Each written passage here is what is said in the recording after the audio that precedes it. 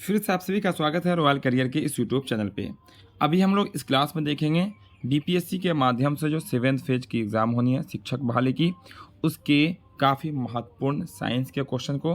तो बस शुरू से आखिर तक बने रहिएगा। यहाँ पे हम आपके लिए काफ़ी ज़बरदस्त, काफ़ी मज़ेदार क्वेश्चन लेके आए हैं, तो आप लोग आखिर तक बने रहिएगा। चलिए हम लोग बिना समय गवाए हुए आज की क्लास को शुरू कर लेते हैं और देख लेते हैं आज की क्लास का पहला नंबर क्वेश्चन। और पहला में कहा गया, विद्युत आवेश की तीव्रता का मात्रक क्या है। विद्युत आवेश की तीव्रता का मात्रक क्या है। 4 विकल्प दिए गए हैं, तो हम आते हैं डायरेक्ट आंसर पे। तो इसका जो आंसर होगा वो होगा आपका ऑप्शन नंबर ए, न्यूटन प्रति कूलाम। न्यूटन प्रति कूलाम इसका राइट आंसर हो जाएगा। दूसरा नंबर क्वेश्चन देखिए, दूसरा में कहा गया दूसरा नंबर क्वेश्चन में डाइन सेकेंड मात्रक है। डाइन सेकेंड किसका मात्रक होता है। तो इसका जो राइट आंसर हो जाएगा वो होगा आपका आवेग का मात्रक हो जाएगा आपका डाइन सेकेंड। याद रखिएगा, बल को हम लोग डाइन में बदल सकते हैं, ठीक है, लेकिन यहाँ पे डाइन सेकेंड दिया हुआ है।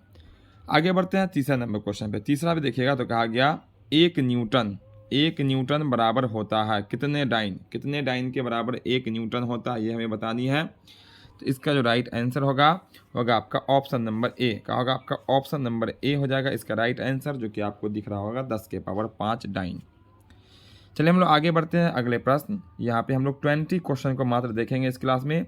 अब पूरा हम साइंस का निचोड़, यही 20 क्वेश्चन काफ़ी महत्वपूर्ण है, और अगले क्लास में हम लोग आगे क्वेश्चन को देखेंगे। तो शुरू आखिर तक जरूर देखिएगा हर एक क्वेश्चन को। कहा गया यहाँ पे इलेक्ट्रॉन वोल्ट किसकी इकाई है। इलेक्ट्रॉन वोल्ट जो है किसकी इकाई है। तो इसका जो राइट आंसर होगा वो होगा आपका ऊर्जा की। किसकी, ऊर्जा की। ऑप्शन नंबर हो जाएगा आपका डी। पांचवा क्वेश्चन में कहा गया, देखिएगा, कहा गया रेडियो सक्रियता की एसआई इकाई क्या होती है। 4 विकल्प दिए गए यहाँ पे, इसका राइट आंसर बताइएगा। 4 विकल्प दिए गए हैं, इसका राइट आंसर क्या होगा। पांचवा नंबर क्वेश्चन आपको दिख रहा होगा, तो इसका जो राइट आंसर हो जाएगा वो होगा आपका ऑप्शन नंबर डी, क्यूरी। क्या होगा आपका क्यूरी। ऑप्शन नंबर डी इसका राइट आंसर होगा। चलिए छठा नंबर क्वेश्चन यहीं पे देख लेते हैं हम लोग। 6 नंबर क्वेश्चन, चलिए ये रहा आपका छठा नंबर क्वेश्चन, और थोड़ा छोटा कर देते हैं। 6 में कहा गया, देखिएगा ध्यान से, तो बोला गया वायुमंडल दाब मापने का यंत्र क्या है। वायुमंडल दाब जो है हम लोग किससे मापने का काम करेंगे। तो इसका जो राइट आंसर होगा वो होगा आपका बैरोमीटर, जो कि आपका ऑप्शन नंबर बी में दिख रहा है। 7वां नंबर क्वेश्चन देख लेते हैं हम लोग। 7वां में कहा गया, देखिएगा ध्यान से, आपको दिख रहा होगा, बोला गया पौधों की वृद्धि मापने वाला यंत्र क्या है। पौधों की वृद्धि जो है हम लोग किससे मापते हैं। 4 विकल्प यहाँ भी दिया गया, तो इसका जो राइट आंसर होगा वो होगा आपका ऑप्शन नंबर ए, क्रेस्टोग्राफ से। किससे, क्रेस्टोग्राफ से इस पौधे की वृद्धि को मापी जाती है। चलिए हम लोग बात करते हैं अगले प्रश्न की। प्रश्न नंबर होगा वो 8, आपके सामने दिख रहा होगा। 8 में कहा गया मनुष्य के हृदय गति को मापने का यंत्र है। मनुष्य की हृदय गति को किससे मापी जाती है। इसका जो राइट आंसर होगा वो हो जाएगा आपका ऑप्शन नंबर सी, कार्डियोग्राफ से। किससे, कार्डियोग्राफ। ऑप्शन नंबर सी इसका राइट आंसर हो जाएगा, ठीक है। चलो हम बात करते हैं आगे अगले क्वेश्चन की ओर। हो जाएगा वो आपका 9 में कहा गया, देखिएगा ध्यान से, विद्युत धारा को एम्पीयर में मापने हेतु प्रयुक्त यंत्र है। एम्पीयर में विद्युत धारा को किस यंत्र से मापी जाती है, ये हमें बतानी है। 4 विकल्प दिए गए हैं, इसका जो राइट आंसर होगा वो होगा आपका आमीटर से। किससे, आमीटर से। ऑप्शन नंबर सी इसका, ऑप्शन नंबर ई इसका राइट आंसर होगा। आमीटर से विद्युत धारा को एम्पीयर में मापी जाती है। चलिए बात करते हैं अगले क्वेश्चन की, वो होगा आपका 10। इसमें कहा गया विमानों की ऊंचाई मापने हेतु प्रयुक्त यंत्र कौन सा है। विमान की ऊंचाई मापने के लिए किस यंत्र का उपयोग की जाती है। तो इसका जो राइट आंसर होगा वो होगा आपका ऑप्शन नंबर सी, अल्टीमीटर। किससे, अल्टीमीटर। ऑप्शन नंबर सी इसका राइट आंसर। चलिए 11 नंबर क्वेश्चन देखिए। 11 में कहा गया साइटोलॉजी कहलाता है। साइटोलॉजी क्या कहलाता है। 4 विकल्प दिए गए हैं, तो साइटोलॉजी के जो कहलाता है वो कहलाता है आपका कोशिकाओं का अध्ययन। क्या कहलाता है, कोशिकाओं का अध्ययन। ऑप्शन नंबर सी इसका राइट आंसर होगा। चलिए 12 नंबर क्वेश्चन देखिए। 12 में कहा गया प्रकाश संश्लेषण होता है। प्रकाश संश्लेषण किसमें होता है, यह बतानी है। 4 विकल्प आपके सामने दिए गए हैं, तो प्रकाश संश्लेषण जो होता है वो होता है आपका क्लोरोप्लास्ट में। किसमें, क्लोरोप्लास्ट, जो कि आपका ऑप्शन नंबर सी में दिख रहा है। चलिए आगे बढ़ते हैं अगले प्रश्न नंबर होगा वो आपका 13। इसमें कहा गया 13 नंबर में, निम्न में से किसका निर्माण हमारे शरीर में नहीं होता। किसका निर्माण हमारे शरीर में नहीं होता।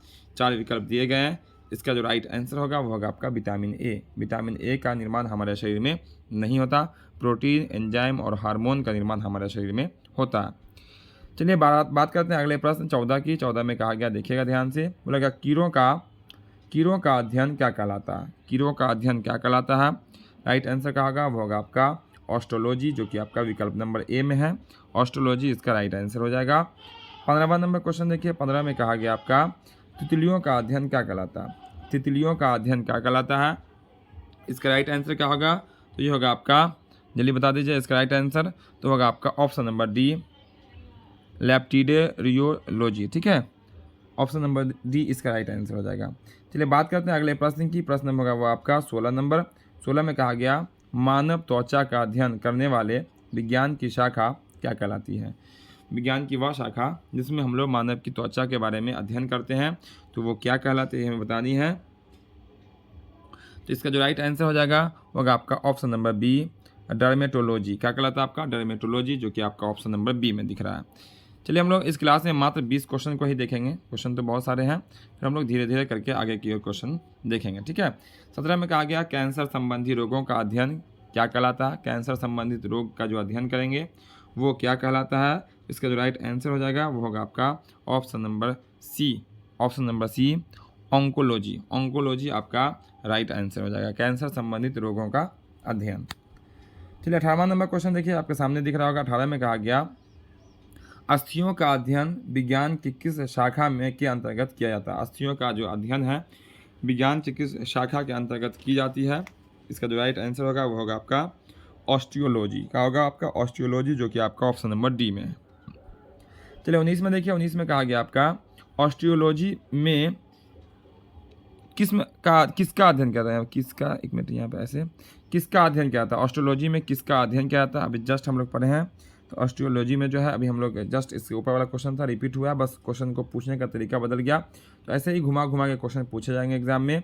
इसका राइट आंसर होगा आपका अस्थियों का। ठीक है, अस्थियों का अध्ययन क्या कहलाता है? तो ऑस्ट्रोलॉजी। ऑस्ट्रोलॉजी में किसका अध्ययन करते हैं? तो अस्थियों का। आज के क्लास का लास्ट क्वेश्चन रखते हैं। देखिएगा, काफ़ी महत्वपूर्ण क्वेश्चन है। सुमेलित करना है कि कौन सा इसमें जोड़ा जो है वो आपका सही है। आपको दिख रहा होगा। चलिए बात कर लेते हैं हम। आपको जोड़ा का सही सुमेलित करना है। एक तरफ जीव है, एक तरफ वैज्ञानिक नाम है। देखिए सबसे पहले दिख रहा है आपको गाय। गाय का जो आपका वैज्ञानिक नाम होगा वो क्या होगा? जल्दी बता दीजिए, गाय का वैज्ञानिक नाम क्या होगा? तो होगा आपका बॉस इंडिकस। क्या होगा आपका? बॉस इंडिकस, यानी कि ए का जोड़ा बी के साथ लगा, ए का जोड़ा 2 के साथ लगा। इसका मतलब ये है कि देखिए यहाँ ये ए में 4 दिया हुआ, ये तो आपका होगा नहीं, ये भी नहीं होगा। अब बच गया आपका 2 प्रश्न आपके सामने, ऑप्शन नंबर ए और ऑप्शन नंबर बी। इसमें भी ए में 2 है, इसमें भी 2। आगे बढ़ते हैं हम लोग। मनुष्य का वैज्ञानिक नाम क्या होता है? तो वो तो आपका होमोसोपियंस। कहाँ पे आपका? बी का 5 है, बी का 5 है। देखिए दोनों ऑप्शन में अभी मैच कर रहा है, बी का 5 दोनों में। आगे बढ़ते हैं। तीसरा सी में है मेढक। मेढक का जो वैज्ञानिक नाम होता है वो था आपका राना टिग्रिना। कहाँ पे दिख रहा है आपको? वो आपका सी का दिख रहा है 1। अब देखिए C1 किस में है? तो ऑप्शन नंबर ए में है। यहाँ तो सी आपका 3 हो गया, आगे बढ़ना ही नहीं है। आपका ऑप्शन नंबर ए इसका राइट आंसर हो जाएगा। इसके अकॉर्डिंग आप मिला सकते हैं। गेहूँ का आपका हो जाएगा चौथा नंबर, गेहूँ का चौथा नंबर हो जाएगा। और आम का हो जाएगा आम का हो जाएगा मैंगीफेरा इंडिका, यानी कि 3 ई का मिल जाएगा आपको 3 के साथ। उम्मीद करते हैं आज की क्लास में 20 प्रश्न बताएं, सब साइंस के क्वेश्चन थे। काफ़ी महत्वपूर्ण क्वेश्चन बनाए हैं हम आप सबके लिए। तो बस आप लोग जुड़िएगा क्लास में, पूरा जरूर देखे होंगे।